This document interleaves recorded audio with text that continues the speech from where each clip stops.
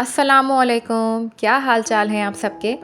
Imagine करें कि आज का दिन आप बहुत लेट सोकर उठी हैं और तकरीबन बज रहे हैं 12, मतलब कि सुबह तो बिल्कुल ख़त्म हो चुकी है। तो अब आप अपने घर के कामों को कैसे मैनेज करेंगी? कर ही नहीं सकती, क्योंकि ऑलरेडी आप सुबह का वक्त पूरा गुजार चुकी हैं और बज रहे हैं 12। तो मेरा ख़्याल है अपने ख़ुद के लिए तो आप बिल्कुल भी टाइम नहीं निकाल पाएंगी। मेरा ख़्याल है पूरा दिन आपका शायद घर के कामों में ही गुजरने वाला है।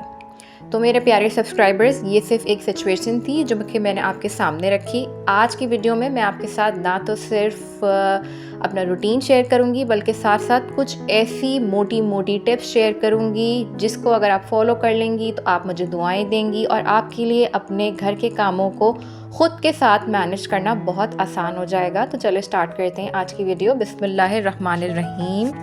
हम में से ना बहुत सारी औरतें ऐसी हैं जो कि शादी के बाद ना अपने हस्बैंड को ऑफ़िस भेजने के बाद या तो सो जाती हैं, या फिर खैर से अगर आपके बच्चे हैं तो भी आप बच्चों को स्कूल भेजने के बाद सो जाती हैं। जबकि देखा जाए तो वही वाला जो टाइम होता है ना, जो हस्बैंड को ऑफ़िस और बच्चों को स्कूल भेजने के बाद का टाइम होता है ना, वो सबसे बेस्ट और सबसे अच्छा प्रोडक्टिव आवर हो सकता है अगर आप उसको बनाना चाहें तो। कोशिश किया करें कि आप अपने हस्बैंड को या फिर अपने बच्चों को जब स्कूल भेजें तो उसके बाद सोए नहीं, बल्कि अपने घर के कामों को स्टार्ट कर दें। हाँ, मैं मानती हूँ कि मेरे साथ भी ऐसा होता है कि थोड़ी सी उठने में प्रॉब्लम होती है, सुस्ती होती है, डिज़ीनेस होती है, लेज़ीनेस होती है, लेकिन यकीन करें, ये मैं आपको अपना तजुर्बा बता रही हूँ कि थोड़ा स्टार्ट में ना लेज़ीनेस मुझे भी होती है, लेकिन अगर मैं एक दफ़ा ये नियत कर लूँ ना कि नहीं अब मैंने सोना नहीं है, मैंने घर के काम स्टार्ट करने, तो यकीन करें बस वो आधा पौन घंटे की होती है जो कि थोड़ा सा हम डीमोटिवेटेड फ़ील करते हैं, हमें अच्छा नहीं लग रहा होता। लेकिन एक दफ़ा जब आप स्टार्ट कर देती हैं ना घर के कामों को, तो ना आपका पूरा दिन ही प्रोडक्टिव गुज़रता है और फिर तो आप ये भूल भी जाती हैं कि आप जो है वो सोई नहीं या आपको कोई थकान है। इनफैक्ट आप जो है ना वो बहुत ज़्यादा फ्रेश फ़ील करती हैं। तो यहाँ पे देखें, अभी मैंने ना अपने बच्चों को और अपने हस्बैंड को ऑफ़िस भेजने के बाद घर के काम स्टार्ट कर दिए थे और ये व्लॉग मैंने बनाना स्टार्ट किया था नाश्ते के बाद से। यहाँ पे ना अभी आज मैं बना रही हूँ दाल चावल, और दाल चावल के साथ मेरे घर का कॉम्बिनेशन होता है पालक चिकन। तो मैं आपके साथ अपने घर के स्टाइल की दाल चावल की रेसिपी, चावल तो ऑफ़ कोर्स आप सभी को बनाना आते होंगे, रही बात दाल की, मसूर की दाल की और पालक चिकन की, उसकी रेसिपी आपके साथ शेयर करूँगी।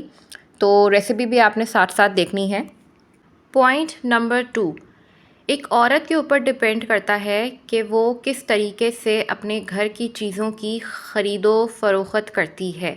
एक समझदार औरत अपने घर की चीज़ों को ख़रीदते हुए 10 दफ़ा सोचती है कि क्या वो इसके काम की है या नहीं, क्या वो इसकी वर्क लाइफ को ईज़ी बना सकती है किचन के अंदर या नहीं।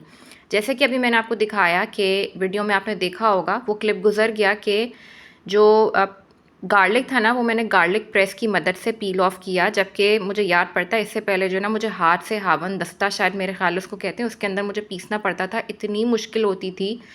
तो ना हमेशा वो चीज़ें ख़रीदें जो कि आपको लगता है जिससे आप अपने किचन के काम को ना आसान कर सकती हैं और आपके लिए ईज़िली मैनेजेबल हो सकता है। इसके अलावा मैंने ना मेरे किचन में इलेक्ट्रिक स्टोव है, तो आपको पता है इलेक्ट्रिक स्टोव के ऊपर आम बर्तन तो आप नहीं रख सकते, तो इसलिए मैंने नॉन स्टिक के ना प्रेस्टीज का एक सेट लेके रखा हुआ है, और उसको ख़रीदे हुए भी ना तकरीबन मुझे कोई 2 साल हो गए। अल्हम्दुलिल्लाह अल्हम्दुलिल्लाह मैं इतनी एहतियात से इसको इस्तेमाल करती हूँ, कोई देख के कह नहीं सकता कि ये कोई 2 साल पुराने, क्योंकि मैं बहुत ख़याल से पैसे ख़र्च करती हूँ और जब एक दफ़ा ख़र्च कर देती हूँ तो चीज़ों को तरीके से रखती भी हूँ और उनका ख़याल भी करती हूँ।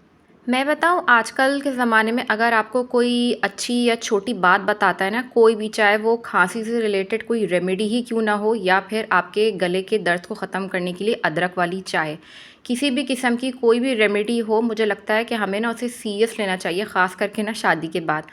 अब यहाँ पे जो है ना मैं आपको बताती हूँ, मैं ना पालक की कटिंग कर रही थी, तो पालक की जो गड्डी होती है आपको पता है उसके ऊपर ना एक रबर बैंड सा चढ़ा हुआ होता है। हम क्या करते हैं कि पहले पालक को धोते हैं और रबर बैंड उतार देते हैं, फिर पालक के सूखने का इंतज़ार करते हैं, फिर जब वो सूख जाती है फिर उसको काटते हैं।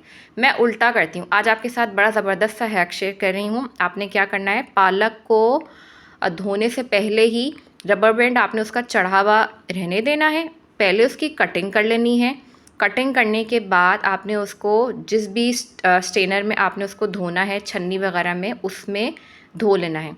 ये देखिए, अब मैं आपको ना मेथी दाना भी दिखा रही हूँ। अभी मैंने मेथी दाने का भी रबर बैंड बिल्कुल नहीं उतारा है और ना ही इसको वॉश किया, क्योंकि इससे ना मेरे लिए आसानी हो जाएगी कटिंग करने में।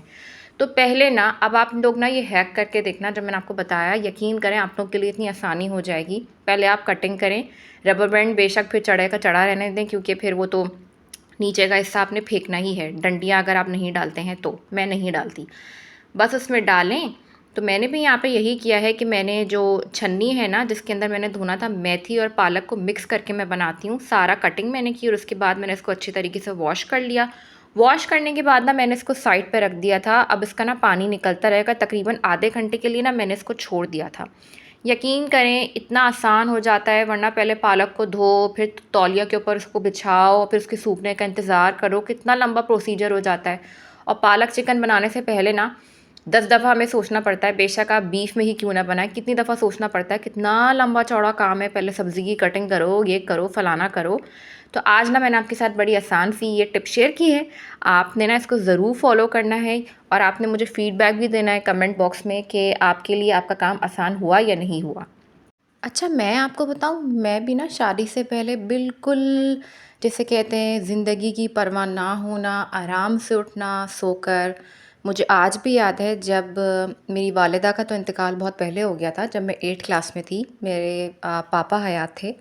ख़ैर, अब दोनों ही इस दुनिया से जा चुके हैं, तो आप उनकी मग़फ़िरत की और उनकी दर्जात की बुलंदी की दुआ ज़रूर करेगा। तो उस वक़्त ना, जब मेरे पापा हयात थे, तब भी मुझे याद है कि मैं कितने आराम से 12:30-1 बजे तक सोकर उठती थी और मेरा कोई ख़ास काम नहीं होता था, क्योंकि ना मेरे पापा ने हर चीज़ के लिए मासी लगा के दी हुई थी। लेकिन क्योंकि शादी हुई और शादी होने के बाद कहते हैं कि जब बच्चे हो जाते हैं ना, तब तो अकल आनी ही आनी होती है औरत को। तो मैंने ना ये चीज़ सीखी है कि हम सिर्फ़ ना शादी के बाद घर के कामों के लिए नहीं बने हैं, हमारी अपनी भी कुछ खुद की कुछ लाइफ़ है। स्टार्ट में तो जब मेरी नई-नई शादी हुई थी, तब तो मैंने कोई किसी काम को, मेरी सास ने मुझे हाथ नहीं लगाने दिया था। लेकिन जब रफ़्ता-रफ़्ता उन्होंने स्टार्ट करवाया, तो मुझे ना स्टार्टिंग में कुछ समझ में आती ही नहीं थी। मुझे लिटरली मैं ब्लैंक हो जाती थी और मुझे लगता था कि जैसे मेरे पास मेरे खुद के लिए तो कोई टाइम ही नहीं है, बच ही नहीं रहा। फिर मैंने ना चीज़ों को सीखा। कहते हैं ना कि with the passage of time ना आप चीज़ों को सीखते हैं, आपको एक्सपीरियंस हासिल होता है। अब अल्हम्दुलिल्लाह मैं ओमान में रहती हूँ, मेरा अपना घर है, मैं जॉइंट फैमिली सिस्टम में नहीं हूँ।